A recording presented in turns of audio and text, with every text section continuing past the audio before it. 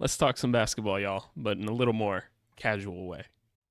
So, I want to try something a little bit different on the channel where it's a little bit me just talking here about what's going on in the league, kind of what are my thoughts on it. And there's a lot to talk about in the league right now. The main one, and the one you probably clicked on the video for, is Damian Lillard, right? There's a lot going on with that situation, especially with the news coming out that he wants to be traded relatively soon, and it seems like the Blazers don't want to bring him into camp, which it makes a lot of sense, right? That's a lot of distractions for a team, and even though Lillard's probably not the type of guy to say, "Hey, I'm not going to play this year," right? I just find that hard to believe. But we all know it's a distraction, right? At the end of the day, all the players know that they're waiting for that to happen, and is their game planning with Lillard on the team. Everyone on the team is going to be waiting to see, like, okay, well, what's going to happen when Lillard's not on the team, right? We're going to be probably getting some new players on the roster and so on and so forth. Plus, there's just other teams in the league, primarily the Miami Heat, out there saying, look, we can't finalize our roster until we know if $40 million is being added to our books. And let's start with that, right? Miami being the obvious place that he has said that he wants to go. The trade starts with Tyler Hero, right? Tyler Hero is where it all begins. That's where the money works. That's where a value comes in, right? He's a 6-man of the year type guy, 20-point-a-game scorer, right? The defense is a little suspect, but he's a younger player that has been a proven scorer in the NBA. But the Trailblazers have made it pretty clear that that's not a guy that they desire to bring in. Probably because the guys they'll be building around in Lillard's absent are already ones and twos, the guards, right? You have the Anthony Simons, the Scoot Hendersons, and guys like Shaedon Sharpe, right? I mean, there's a lot going on in this roster. It's a team that's not good enough to be competing for a championship, but there's a lot of quality players. There's the Matisse Thybulles, right? There's the Chris Murrays that they just drafted. There's a Yusuf Nurkic, and we'll get into talking about Yusuf Nurkic, but there's a lot going on in this team, but not enough to warrant a guy like Damian Lillard wanting to stick around. And, the Trailblazers had their shot with that. We all know that story. We all watched as Lillard carried some very subpar teams to the finals, or to the conference semifinals, I should say, not the finals. And at the end of the day, the best player he probably ever played with was CJ McCollum, and that's not a knock on CJ McCollum, but that's not enough at the end of the day. And so it's time to move on. And so what does a deal like Damian Lillard look like at this point? We know that there's some teams joining the race for him, primarily Toronto and my Chicago Bulls. My thoughts on Lillard going to the Bulls initially is kind of like, okay, cool, right? I mean, who doesn't love Damian Lillard? I would love to have him on the Bulls, but at the same time, it feels like the Bulls are ignoring this inevitable rebuild that they've just been trying to push off. Honestly, it feels like since Derrick Rose went down. So bringing in a guy like Lillard, that means that a guy like Zach LaVine's probably on the go, which, you know what, if you lose LaVine, gain Damian Lillard, that's a net win at the end of the day. But by the time the trade's done, a guy like Patrick Williams is on the move, and what are you left with then? You're left with a Damian Lillard, DeMar DeRozan, Nikola Vucevic core. And given that may be some of the best players that Lillard's played with up to this point, but there's a lot of holes on that team still that need to be filled. There's a lot of guards. There's not very much wing play on that team. There's no defensive rim protection on the team at all because you have Andre Drummond coming off the bench, and that's still just not a championship team. So what are we doing bringing in Damian Lillard? Now, if they're facilitating the trade and they're just involved in the moving of assets, and maybe the Bulls are one of those teams that take on some players in order to make salary work, they gain some picks, things like that, maybe that's different, but I also don't anticipate them wanting to do something like that because they have guys like LaVine, DeRozan, and Vucevic who are saying, look, we're trying to win some basketball games this year. So you're left in this awkward spot. Now, if you're Toronto, it's a little more interesting, right? Is Toronto a Damian Lillard away from being a really good team? Toronto's in that situation where they have a ton of good role players, right? They've got the Gary Trents, the Scotty Barnes, They've got Siakam, they've got Jakob Pertl, right? They've got a lot of quality guys on the team. They're obviously missing a point guard, and Schroeder looks to be the starter for them this year. And Schroeder obviously just had the phenomenal World Cup. He's a starter capable player in the league. But where does that take them long term? I don't know if Damian Lillard and Siakam is really something that's going to make noise with the rest of the Eastern Conference. I don't really see that. But maybe that's the trade they want to do. And now there's a lot of names circling around the Damian Lillard trade, right? There's the news that Yusuf Nurkic is possibly on the market and that a guy like a DeAndre Ayton could be available from Phoenix that gets involved. We know the story with DeAndre Ayton, obviously being the first pick. He's been a pretty solid offensive player. Defensively, he's been a little iffy, and he hasn't quite gelled with this team.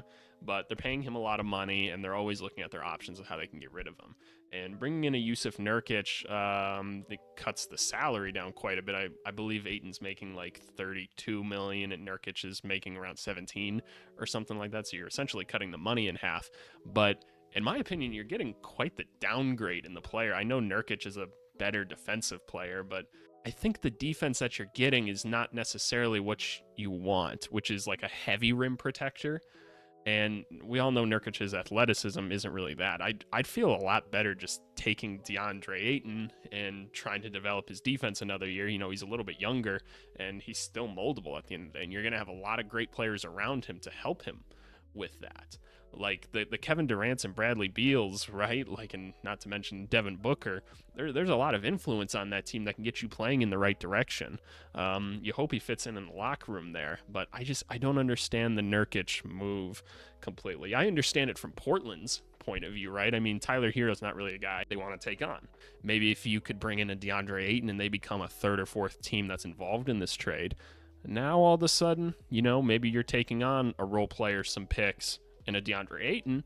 It doesn't look so bad getting rid of Lillard. It's going to look bad regardless because you're losing Damian Lillard, but you've already lost him essentially. What can you get back? And a younger big in DeAndre Ayton could be just that. Bringing in Ayton is certainly something to try and develop in your young core, right? It's an asset that you got back at the end of the day. If this Ayton trade is something that starts to become more prevalent, I would have to imagine it would fall within the realms of the Damian Lillard trade, because I have a hard time viewing this being like a one-off trade, right? Like an Ayton for Nurkic, the money doesn't work very well that way, and there's not many other assets that can be moved, right? So the Blazers are going to have to move other pieces in order to take on that contract. You could do like a Nasir Little, a Keon Johnson, guys like that, and maybe that works. I don't completely know, but you can't trade guys like Matisse Thybulle or Jeremy Grant or things like that because they just signed their contracts.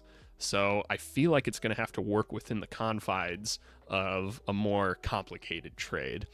I see the fourth team in this being the Brooklyn Nets. I feel like the Brooklyn Nets have the most trade appeal to teams, not in the sense that they necessarily want the players, but they can help facilitate things. They have so many quality role players on those teams that make decent money that you can really start to figure something out amongst all of their talented wings and guards on that team. None of them are studs, but they're all rotation quality players that make enough money to push a trade through, and maybe a team feels decent about their haul. Another name possibly on the move, Buddy Buckets, Buddy Hield, coming fresh off his time in the World Cup. Had a great performance out there. So apparently Buddy Hield is looking to try and get moved from Indiana, which I'm sure is somewhat of a bummer.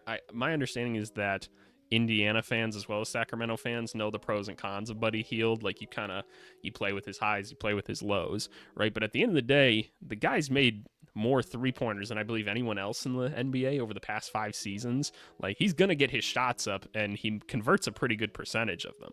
I just checked his percentage. He shot 42.5% from 3 last year. Now, that's something that a lot of teams are willing to take on. A guy that can shoot like that, there's going to be teams that desire what he can do. Like Miami would be one of them, right? Maybe that's part of what's also going to Miami in a trade like this, right? Because they'd be probably willing to take on a guy like a Tyler Hero or something. But I know more importantly, teams like the Mavericks and the Bucks are really interested in taking on a shooter like that. The Mavericks make a little bit less sense to me. Like, I know they want shooting around Luka and Kyrie. That just makes offensive sense.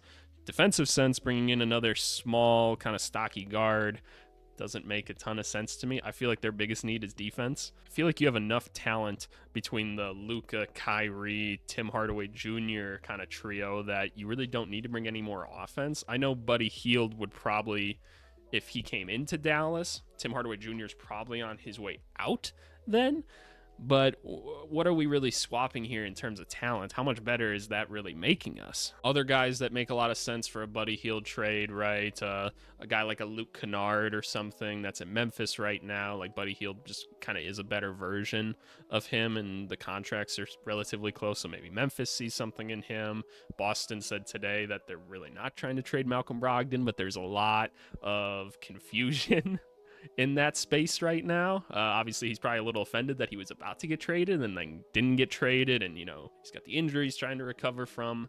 But Brogdon's a very, very good player, and at the end of the day, if he's offended to be there, maybe a Buddy Hield swap isn't the worst thing. And then, of course, Brooklyn could get in on a deal like that just because they have the assets to move things. Another interesting thought, though, is, there's also the thing about a James Harden trade going around, and maybe Buddy Hield can get in on that, because I know that the Sixers haven't been too happy with the returns that they've been getting for Harden, and that can be a whole nother video that we talk about stuff like that, so you guys will have to let me know if that's something you want me to discuss. A James Harden deal where they're bringing in like a Norman Powell, and a Marcus Morris, I'm pretty sure that would make the money work, right? Like, that's not very enticing for a James Harden and a team that's trying to win a championship right now. Bringing in a Buddy Hield with like a Norman Powell, maybe that makes a little more sense. Now, who are the Pacers getting in that deal? We don't exactly know, because the Pacers are also trying to be competitive.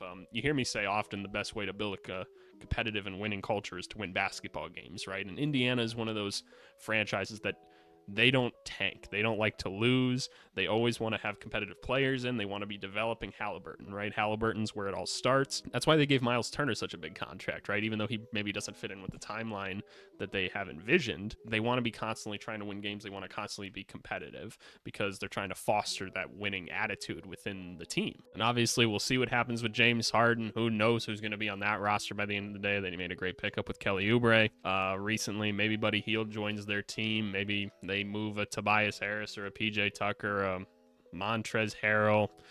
Who knows? But I'm excited to see what happens.